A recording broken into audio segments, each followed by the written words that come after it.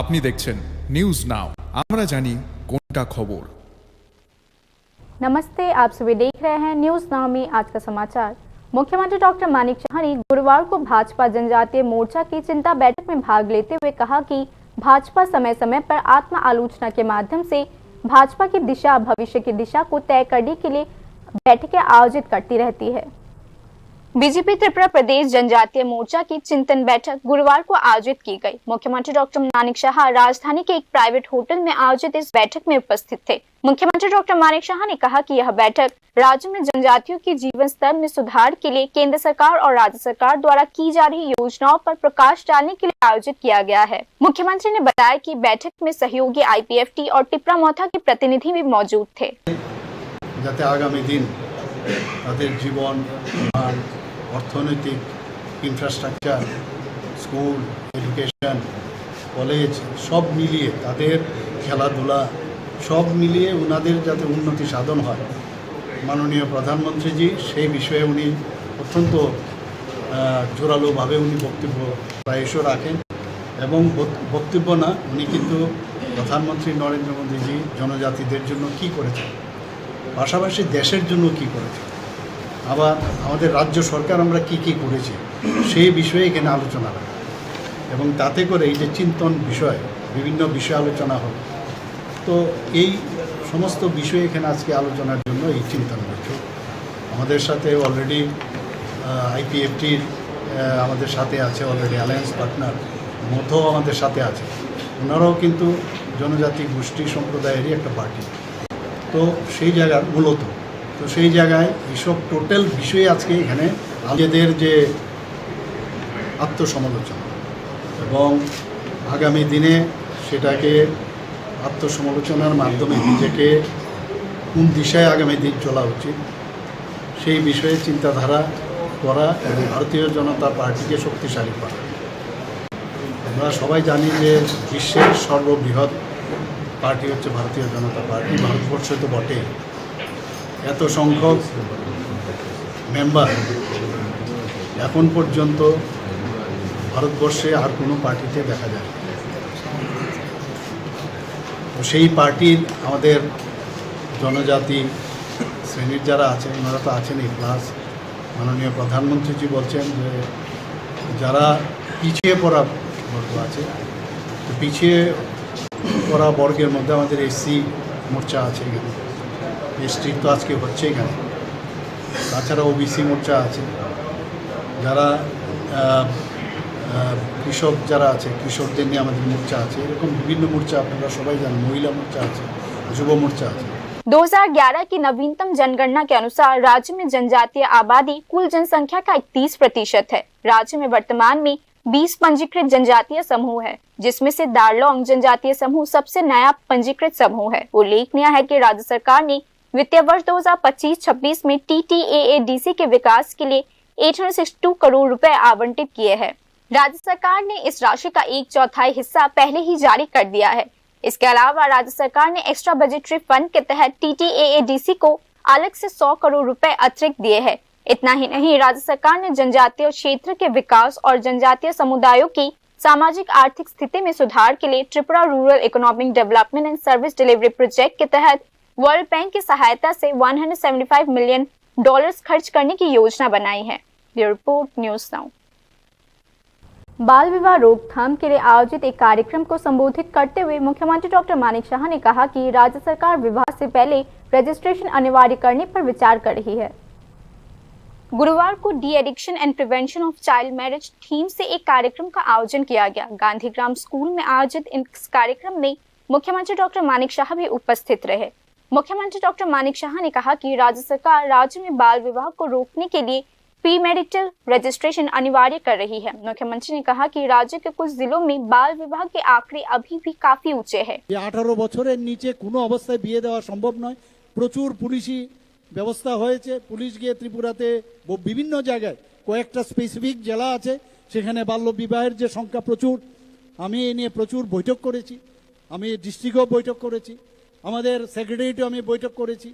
বিভিন্ন যেসব মানে অ্যাওয়ারনেস আবার সেই অ্যাওয়ারনেসের বিষয় আসছে সেখানে মেয়েদের ছেলে মেয়েদের তাদের এই বিষয়েও আমাদের টিচারদের বলা উচিত এবং সেটা পাঠ্যর মধ্যে আনা যায় কিনা সেই বিষয়ে আমি আগামী দিন চিন্তা ভাবনা করছি বন্ধুগণ। আমি এটাও বলেছি যে আগামী দিন আমরা আইনগতভাবে যদি বিয়ের যখন যে কেউর বিয়ে হলে তার রেজিস্ট্রেশন আগে করাতে হবে, যদি করা যায় কিনা তারও আমরা চিন্তা ভাবনা করছি। যখন রেজিস্ট্রেশন করতে হবে তারপর সামাজিক বিয়ে হবে। সামাজিক বিয়ে যদি হয় রেজিস্ট্রেশনের সময় তার বার্থ সার্টিফিকেট আমরা দেখে নেব এবং 21 বছরের নিচে ছেলে যাতে না হয় সেই ধরনের আমাদের চিন্তা ভাবনা আছে। এবং যেহেতু চিন্তা ভাবনা আছে নিশ্চিত আমি আগামী दिन সেইগুলো আমরা করব। राज्य के बाहर से ड्रग्स आ रहे हैं, स्थानीय लोग भी इसमें शामिल है। एनडीपीएस एक्ट के तहत कार्यवाही की जा रही है, लेकिन इस संबंध में जन जागरूकता जरूरी हो जाती है। मुख्यमंत्री डॉक्टर मानिक शाह ने कहा, দুটো রাস্তা দিয়ে ত্রিপুরাতে ড্রাগস বাইরের থেকে আসে এবং সেগুলো অন্য যে আমাদের নাইবারিং কান্ট্রি সেখানে পাচারের জন্য সেগুলোর যাতে অর্থ উপার্জন করা যায়, অর্থের বিনিময়ে এই কাজগুলো যারা এই ড্রাগ ব্যবসার সাথে জড়িত বাইরের ওরা তো আছেই, ত্রিপুরারও বহু লোক এর সাথে যুক্ত। কিন্তু আস্তে আস্তে করে আমরা এনডিপিএস এর যে আইন আছে সেই আইনে আমরা কিন্তু তাদেরকে অনেকটা আমরা নিরস্ত করতে পেরেছি এবং দেখা গেছে আমরা যে বাজেয়াপ্তের যে সংখ্যা সেটা কিন্তু কয়েক গুণ এখানে বেড়ে গেছে ত্রিপুরাতে। এবং এনডিপিএস এরও যে অ্যারেস্ট হয়েছে তারও এবং তাদের সাজাও কিন্তু প্রচুর হচ্ছে এবং এটাকে মনিটর করছি আমরা। কিন্তু এইগুলো তো পুলিশ বা এজেন্সি ওরা করবে, কিন্তু আমরা কি করব? যারা এজেন্সি আছে তারা তো একটা নগণ্য একটা সংখ্যা, কিন্তু যারা আজকে অ্যাওয়ারনেসের জন্য আমরা কথা বলছি এখানে যারা স্টুডেंटরা আছে। त्रिपुरा में बाल विवाह एक गंभीर चिंता का विषय बन चुका है। बाल विवाह के मामले में त्रिपुरा वर्तमान में देश भर में तीसरे स्थान पर है। त्रिपुरा में बाल विवाह की दर 40.1% की है, जबकि राष्ट्रीय औसत 23.3% की है। पश्चिम बंगाल 31.6% की दर के साथ सबसे आगे है। बिहार 40.8% की दर के साथ दूसरे स्थान पर है। बाल विवाह को समाप्त करने के प्रयासों के बावजूद बाल विवाह, नशीली दवाओं के दुरुपयोग और एड्स की तरह त्रिपुरा जैसे राज्यों के लिए एक चुनौती बन चुकी है। Bureau report, news now. राज्य भर में स्मार्ट मीटर से लोगों को परेशान किया जा रहा है। हर जिले से शिकायतें आ रही है। ज्यादा बिजली बिल मिलने पर लोग परेशान हो रहे हैं। सोनामुड़ा के बेजीमारा इलाके की महिलाएं गुरुवार को इसी शिकायत को लेकर बिजली विभाग के खिलाफ सड़क पर उतर गई। उन्होंने स्मार्ट मीटर्स रद्द करने के मुद्दे को लेकर सोनामुड़ा इलेक्ट्रिसिटी डिपार्टमेंट के सामने विरोध प्रदर्शन किया।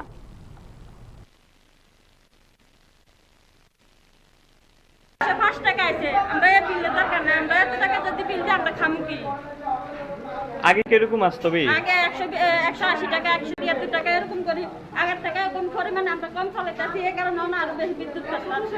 আচ্ছা, আপনার সমস্যাটা আমরা মানে এই কারেন্ট দিছে না, মানে অনেক কিছু মানুষ নষ্ট হয়ে যাচ্ছে, যেমন কি আবার পাকা লাইট এর অনেক কিছু নষ্ট হয়ে যাচ্ছে। একবার আর আমরা কারেন্ট টাকা আর শুধু দুইটা লাইট চালাই আর দুইটা পাকা চালাই, এর দূরে আমরা দুই ঘরে।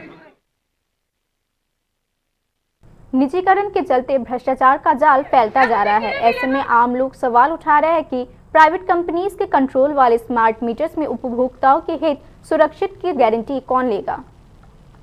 बिजली विभाग ने भ्रष्टाचार करने वाले उपभोक्ताओं के खिलाफ सख्त कार्यवाही के लिए एक टास्क फोर्स के गठन की घोषणा की है। मीडिया में यह बात फैलाई जा रही है कि स्मार्ट मीटर से बिल के मायाजाल का पर्दाफाश करना अब संभव हो गया है।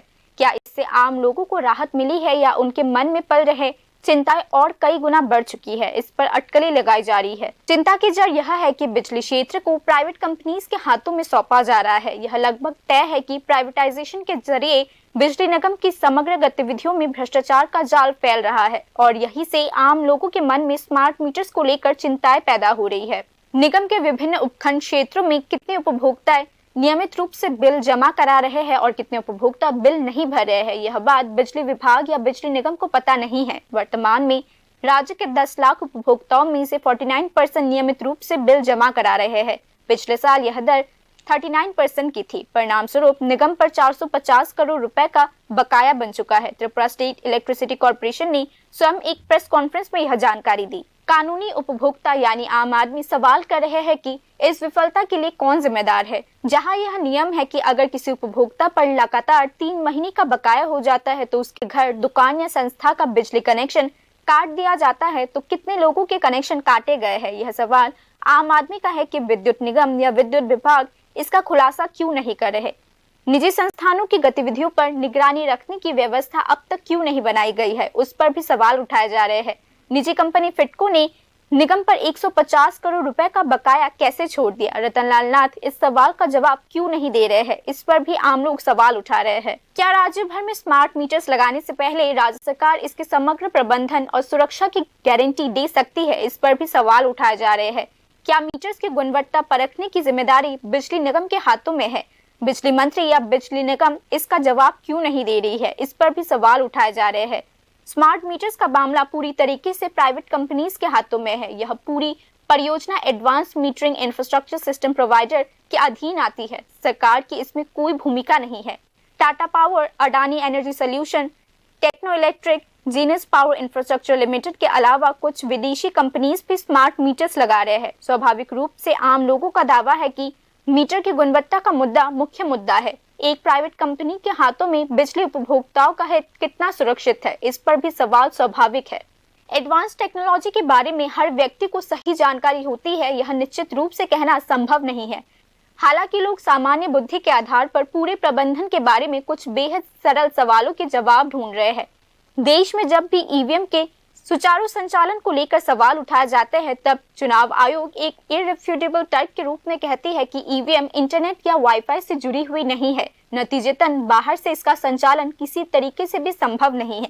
ईवीएम एक 100% सुरक्षित प्रणाली है। सामान्य बुद्धि वाले लोगों का कहना है कि अगर चुनाव आयोग की बात को सही मान ले तो स्मार्ट मीटर्स को लेकर उनका संदेह और भी बढ़ जाता है, क्योंकि स्मार्ट मीटर्स की खासियत यही है कि वह इंटरनेट या वाईफाई कनेक्शन पर काम करती है, जिससे मीटर की रीडिंग नियमित रूप से सीधे आपूर्ति करने वाली कंपनीज के कार्यालय में भेजी जाती है। इसी तरह बिजली के उपयोग की सारी जानकारी संबंधित कंपनी को रियल टाइम बेसिस पर भेजा जाता है। सबसे बड़ी चिंता यह है कि सभी कंपनीज निजी है। कंज्यूमर डेटाबेस उनके हाथों में कितनी सुरक्षित रहेगी, राज्य सरकार यह सुनिश्चित कर सकती है या नहीं।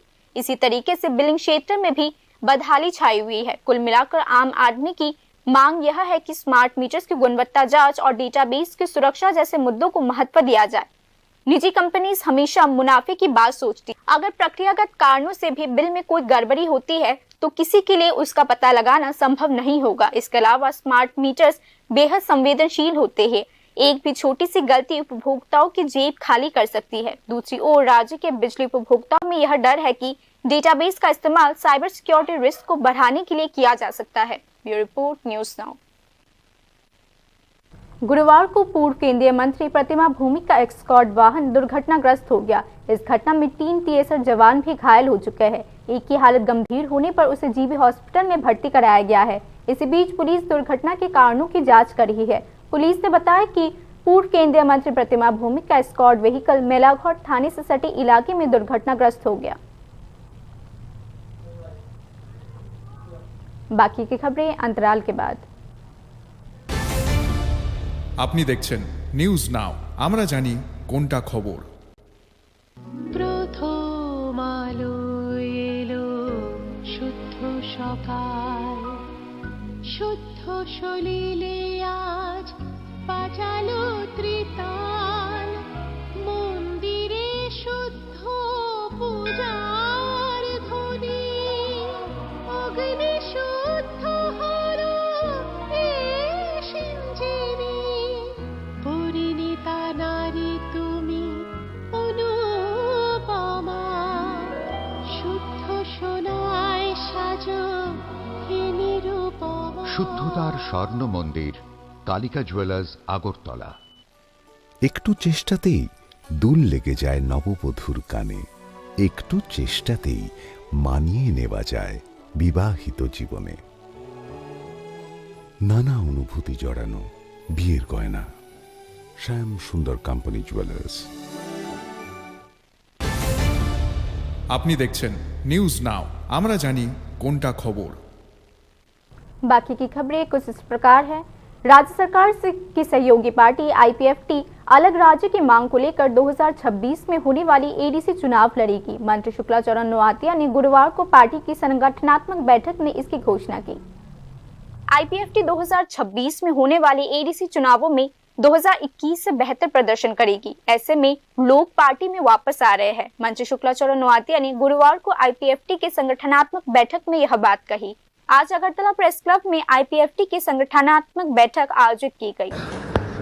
आईपीएफটির বর্তমান পরিস্থিতিতে আগামী 2026 স্বশাসিত জেলা পরিষদ নির্বাচন বিগত দিনের তুলনায় 2021 স্বশাসিত জেলা পরিষদ নির্বাচন হয়েছিল, তখন আইপিএফটির বিভিন্ন কারণে, বিভিন্ন ষড়যন্ত্রের কারণে আইপিএফটির সংগঠন দুর্বলতা হয়েছে। কিন্তু 2021 এই স্বশাসিত জেলা পরিষদ নির্বাচনের তুলনায় আগামী 2026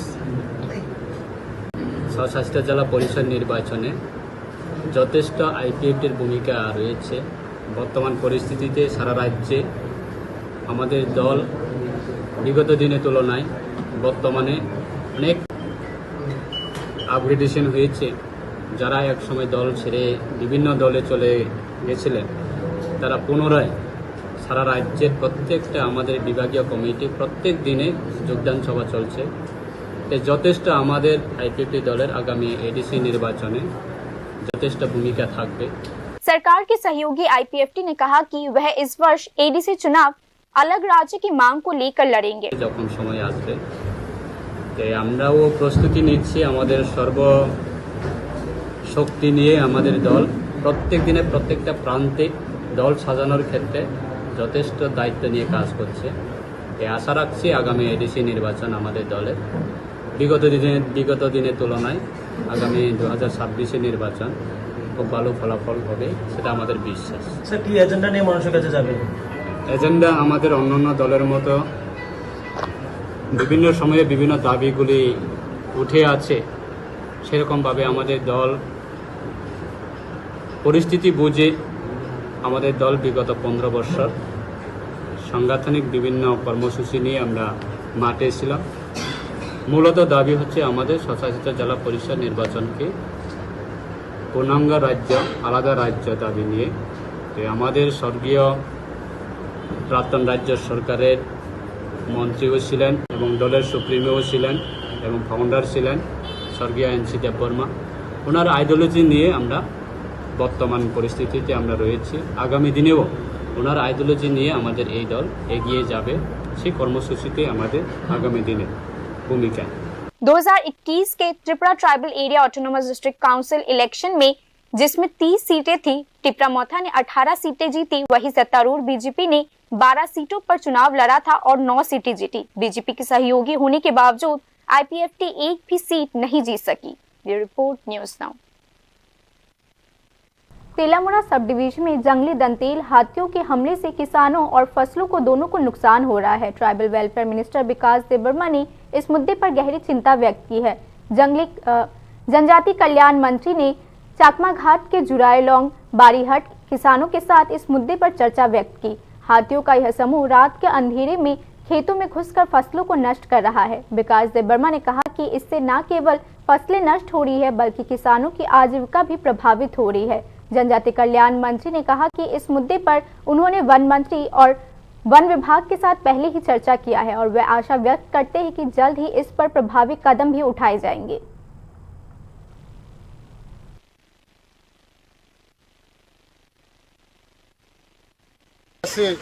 এটা যারা ফসল করছে খুব সমস্যা হচ্ছে এখানে আমার এই বিধানসভার মধ্যে, যেমন কৃষ্ণপুর, মাইগঙ্গা, এদিকে মঙ্গিয়াকামি, সব জায়গায় হাতির সমস্যা।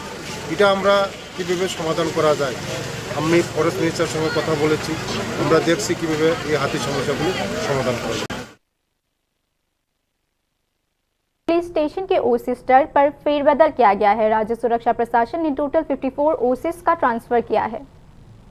सुरक्षा प्रशासन ने राज्य भर के विभिन्न पुलिस थानों के टोटल 54 ऑफिसर इंचार्ज यानी ओसी के तबादलों की अधिसूचना जारी कर दी है। इस फेरबदल के तहत अगरतला के कई पुलिस थानों में ओसी लेवल पर फेरबदल किया गया है। पश्चिम अगरतला पुलिस स्टेशन के ओसी परितोष दास को आमतौली पुलिस स्टेशन का ओसी नियुक्त किया गया है। पूर्व अगरतला पुलिस स्टेशन के ओसी राणा चैटर्जी पश्चिम अगरतला पुलिस स्टेशन के नए ओसी के रूप में कार्यभार संभालेंगे।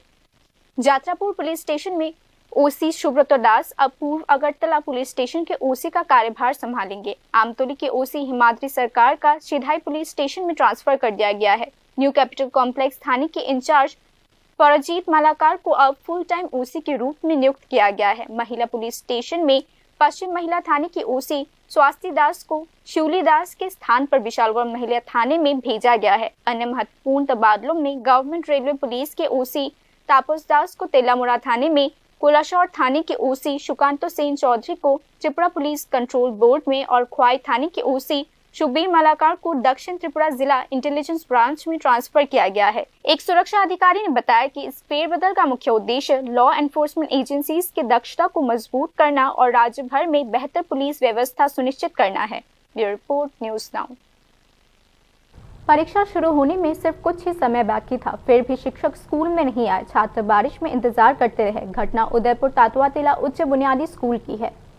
स्कूल समय पर नहीं खुलने के कारण छात्र छात्राएं बारिश में भीगते रहे। उदयपुर सब डिवीजन के नॉर्थ चंद्रपुर क्षेत्र के निवासियों ने वर्ष 2000 से क्षेत्र में एक स्कूल की स्थापना की मांग की। काफी समय बाद वर्ष 2009 में क्षेत्र में एक स्कूल की स्थापना की गई, जिसका नाम तातुआतिला उच्च बुनियादी स्कूल रखा गया। स्कूल की स्थापना के बाद क्षेत्र के बच्चों को स्कूल में दाखिला दिया गया और उन्होंने अपनी पढ़ाई जारी रखी। लेकिन पिछले कुछ वर्षों में स्कूल की गुणवत्ता में गिरावट आई है और स्कूल प्रशासन ने इस ओर कोई ध्यान नहीं दिया। इसीलिए छात्रों की संख्या दिन प्रतिदिन कम होती जा रही है। गुरुवार को स्कूल में सरकारी नियमों के अनुसार परीक्षाएं आयोजित की गई थी। हालांकि छात्र हमेशा की तरह परीक्षा देने के लिए समय पर स्कूल में आए, लेकिन सुबह 11 बजे तक भी स्कूल में कोई शिक्षक नहीं दिखा। तातुआतिला एसबি স্কুল কোন ক্লাসে পড়ো তুমি? আমি ক্লাস 7 এ। ক্লাস 7 আজকে কি পরীক্ষা আছে না? হ্যাঁ, আমার পরীক্ষা আছে। স্কুলে 7 দিন আইছি না এখনো? না, এখনো আইছে না? এখনো আইছে। এখন তো প্রায় 11টা বাজে। এখনো আইছে না? তো বৃষ্টি যে পড়তেছে তোমরা কি এইভাবে প্রত্যেক সময় দাঁড়ায় থাকতে লাগে? 7 দিন কি প্রত্যেকদিন এই লেটে আই? হ্যাঁ, দেরি করে আই? তো তোমরা জানাইছো নাকি ওরে? না, কেউ জানাইছি না আমরা। তো এই প্রত্যেকদিন তোমরা শিক্ষকদের কিছু কোনো আইলে তারা? না, দাঁড়ায় খাই সবাই দাঁড়ায় থাকে এইভাবে? মনে সাথী ले दाते दिए। इस स्कूल में पहली से 8वीं कक्षा तक की कक्षाएं हैं। इसमें 7 शिक्षकें हैं, जिसमें 5 पुरुष और 2 महिलाएं हैं। स्कूल के छात्रों की शिकायत है कि शिक्षक नियमित रूप से स्कूल नहीं आते हैं। आज यानी गुरुवार को छात्रों की स्कूल में परीक्षाएं थी। बारिश के दौरान छात्र स्कूल के मैदान में भीगते रहे। छात्रों की शिकायत है कि उन्हें लगभग हर दिन बारिश में भीगना पड़ता है। স্কুলের নাম কি? তাতোয়াতিলা উচ্চ বুনিয়াদি। তো তোমরা তো এখানে দাঁড়িয়ে রইছো প্রায় 11টা বেজে গেছে। টিচার আইছে না কেন? না। এই বৃষ্টির মধ্যে দাঁড়িয়ে রইছো? হ্যাঁ। তার প্রত্যেকদিন কি টিচার এইভাবে দেরি করে আছে? হ্যাঁ, অনেক সময় দেরি করে। হেডমাস্টার কি না? মধুসূদন মণ্ডল। মধুসূদন মণ্ডল। তো কয়জন টিচার আছে স্কুলে? শিক্ষক 5 জন আর ম্যাম 2 জন। টোটাল 7 জন। তো তোমরা এই যে বৃষ্টি দিয়ে ভিজতেছো, কিছু ছাত্ররা জানাও না? জানাইলো তারা কিছু করে না। তোমার স্টুডেন্ট কতজন আছে স্কুলে? राज्य सरकार स्कूली शिक्षा व्यवस्था को जमीनी स्तर से सुदृढ़ बनाने का प्रयास कर रही है। हालांकि शिक्षकों और कर्मचारियों के एक वर्ग के कारण राज्य सरकार का यह प्रयास विफल होता जा रहा है। इस संबंध में राज्य सरकार को आलोचनाओं का सामना करना पड़ रहा है। Bureau report, news. Gynaecologist doctor Chiranjeev Dev ने दावा किया कि कोलाशौर आरजीएम हॉस्पिटल में हुई हाल ही में घटना नवजात बच्चे की मौत का आरोप बिल्कुल निराधार है। उन्होंने गुरुवार को एक प्रेस कॉन्फ्रेंस में इस मुद्दे पर विस्तार से बात की। डॉक्टर देव ने बताया कि मिथुन दास नाम के एक व्यक्ति की पत्नी बुल्टी देवनाथ को 11 जुलाई को मैटरनिटी वार्ड में भर्ती कराया गया था और 12 जुलाई की सुबह उन्होंने बच्चे को जन्म दिया। बाद में नवजात की हालत बिगड़ने पर उसे प्राइवेट हॉस्पिटल में ट्रांसफर कर दिया गया और 13 जुलाई की दोपहर को नवजात की मौत हो गई।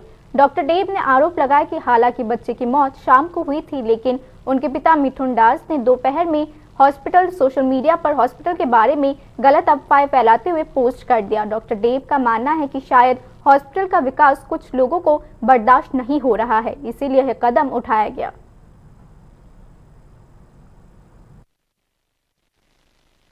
বুলটি দেবনাথ, ওয়াইফ অফ মিঠুন বিশ্বাস নামে একটা পেশেন্ট আমার রেগুলার ফলো আপে ছিল। সে অ্যাডমিশন নেয় ব্যথা নিয়ে, লেবার ব্যথা নিয়ে। তো আমি তাকে তৎক্ষণাৎ এসে এক্সামিন করি, আর প্রয়োজনীয় যা মেডিসিনপত্র প্রয়োজন সে আমি সব প্রেসক্রাইব করে যাই আমার নার্সিং অফিসারদের। সেই মোতাবেক ওরাও প্রয়োজনীয় মেডিসিনপত্র দেন। রুটিন মাফিক আমি রাত্রেবেলা রাউন্ডে আসি। রাউন্ডে আসার পর আমি আবার আমার ব্যথা বাড়ানোর জন্য যে সমস্ত মেডিসিন দেওয়ার প্রয়োজন সেগুলো দিলাম। তারপর একই সময়ে আরও দুটো পেশেন্টের ডেলিভারির ব্যথাও ছিল, ওরাও এর মধ্যে ডেলিভারি, ওই পেশেন্টগুলো ডেলিভারি হয়ে যায়, তাদেরও বেবি সুস্থই ছিল। বাট बाकी न्यूज अपडेट्स के लिए देखते रहिए न्यूज नाउ। शुभ रात्रि।